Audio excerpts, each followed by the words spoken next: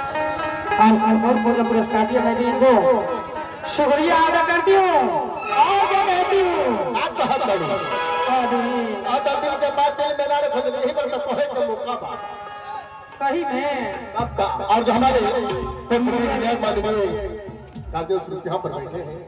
जो पटना से चल कर आए हैं हमारे हमारी कंपनी की तरफ से लाख लाख शुक्रिया है रोहित बाबा का लेकिन कहना है हर वक्त मुस्कुराया मत कीजिए और हमें दिल का हाल सभी को बदलावा मत कीजिए क्योंकि ये दुनिया वाले नमक लिए फिरते हैं किसी को अपने दिल का जख्म दिखाया मत कीजिए तो रोहित बाबा का एक संदाल शुक्रिया रखो कि पियल खराब हो पियावल खराब हो तो वैसे कि पियल खराब हो पियावल खराब हो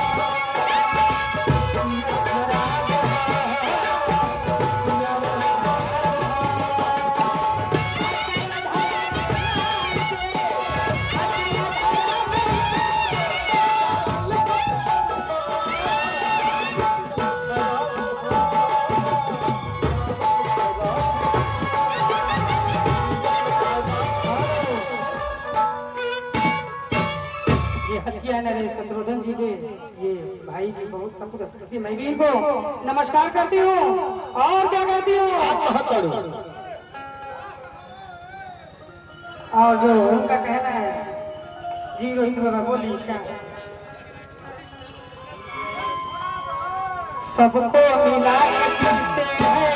पानी शराब सबको मिला के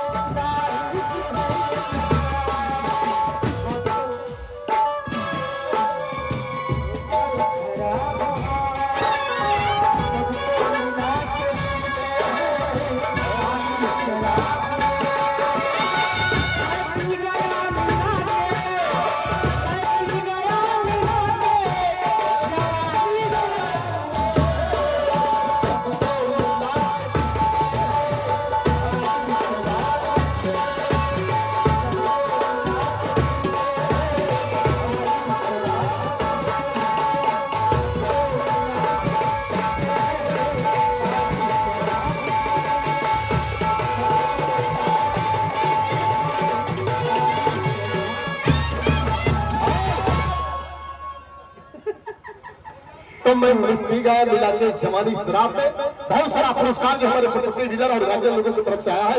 लेकिन रोज पीता हूँ छोड़ देता हूँ तो करता हूँ तोड़ देता हूँ जो गीत का फरमाइश है मैं पेश कर दीजिए रोज पीता हूँ छोड़ देता हूँ तौबा करता हूँ तोड़ देता हूँ और जब आती हाथ में बोतल तो कसम खुदा उसका गर्दन मोड़ देता हूँ। हेलो तो जो गीत का फरमाइश है कि जाए हमार जरा